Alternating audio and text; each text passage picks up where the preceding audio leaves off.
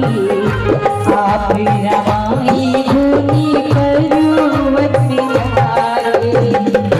बोले बोले बोले बोले बोले बोले बोले सालाद सलादती भक्तों को आए।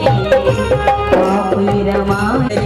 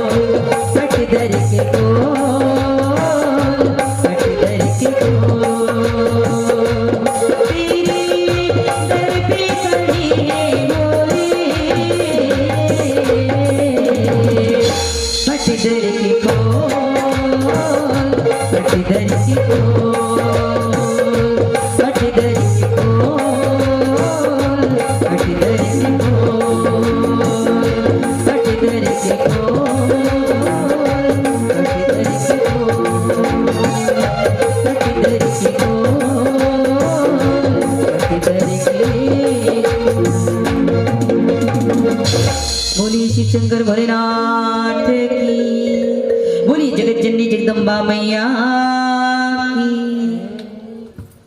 और इस तरह सुंदर कीर्तन देवों ने जब किया, भूत भावन भोलेनाथ प्रसन्न हो गए और उनके साथ जहां हवन यज्ञ हो रहा था उस स्थल में पहुंच गए। हमने बताया ना, भूत भावन भोलेनाथ थोड़ी सी पूजा से प्रसन्न हो जाते, एक लोटा जल अगर आपने चढ़ाया है भगवान प्रसन्न हो जाते हैं। प्रसन्न हो गए, भूल गए कि हमारी सती जलकर भस्म हो गई, भूल गए और जा करके यज्ञ स्थली में दक्ष को देखा। ब्रह्मा जी बोलने लगे कि आप दक्ष को जीवन दान दीजिए, क्योंकि ये जो है दक्ष प्रजापति है, अगर ये जीवित नहीं रहेंगे तो संसार का कारभार रुक जाएगा, सृष्टि नहीं होगी, आप कृपा कीजिए। भूत भावन भोलेनाथ ने नंदी को आदेश दिया कि जाइए, जो भी पहला पशु प्राणी मिले उसका शीश काट कर लेकर आइए। और जैसे ही गए तो बकरी का शीश, बकरा मिला, उसका शीश काट करके ला करके दक्ष के शीश पे लगा कर भगवान भूत भावन भोलेनाथ ने दक्ष को पुनः जीवित कर दिया और यज्ञ आहुति पूर्ण करके इस हवन को पूर्ण किया, इस कार्य को पूर्ण किया। बोलिए भूत भावन भोलेनाथ की।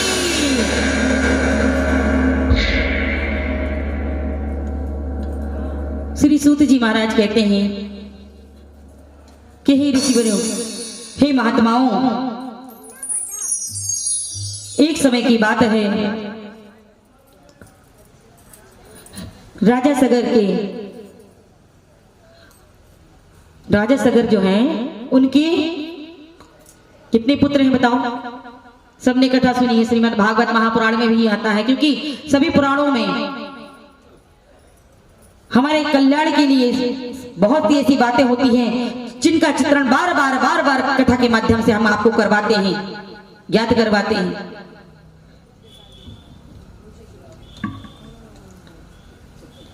राजा सगर ने अश्वमेघ यज्ञ का आयोजन किया। अश्वमेघ यज्ञ, आपको पता है पृथ्वी पर जो भी अश्वमेघ यज्ञ करता है 100 यज्ञ अगर हो गए पूर्ण तो वो इंद्र पद का अधिकारी होता है। राजा सगर भगवान से बड़ा प्रेम करते थे, भगवान से बड़ी आस्था थी। उन्होंने अश्वमेघ यज्ञ किए।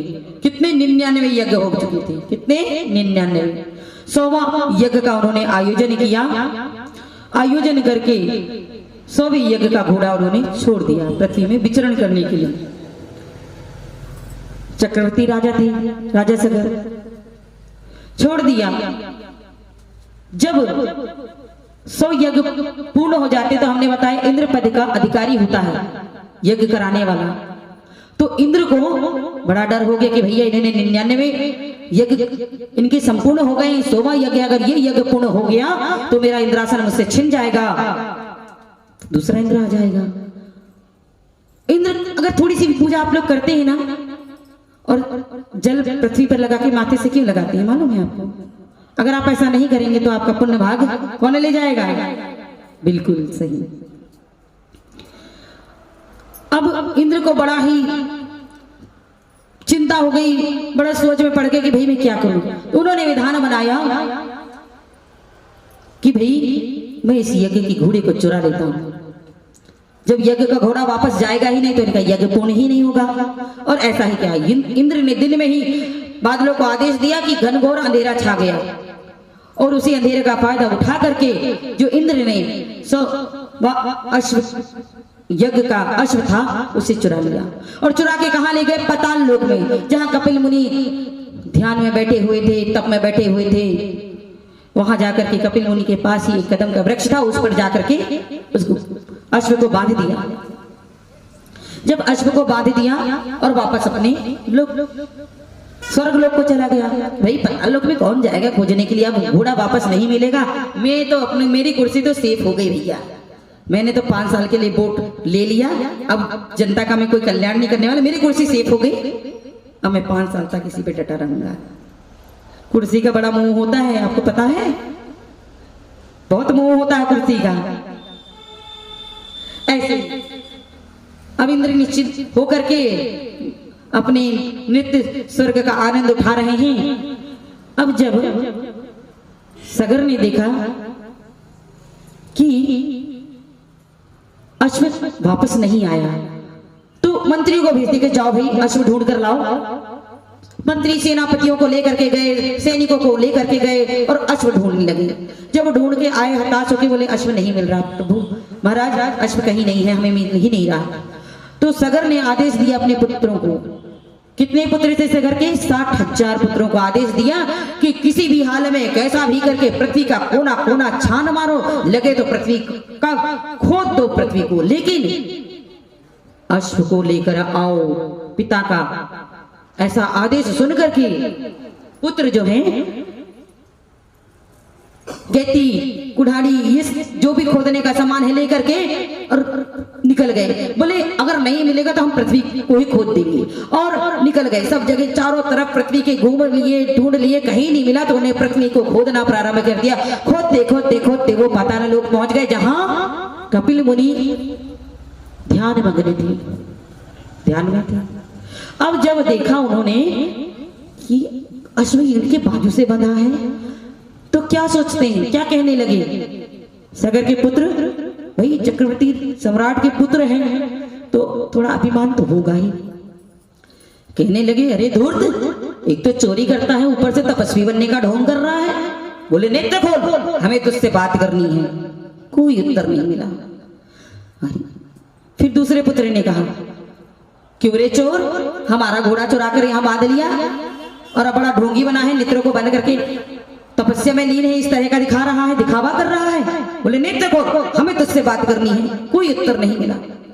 जब कोई उत्तर नहीं मिला तो सगर के तीसरे पुत्र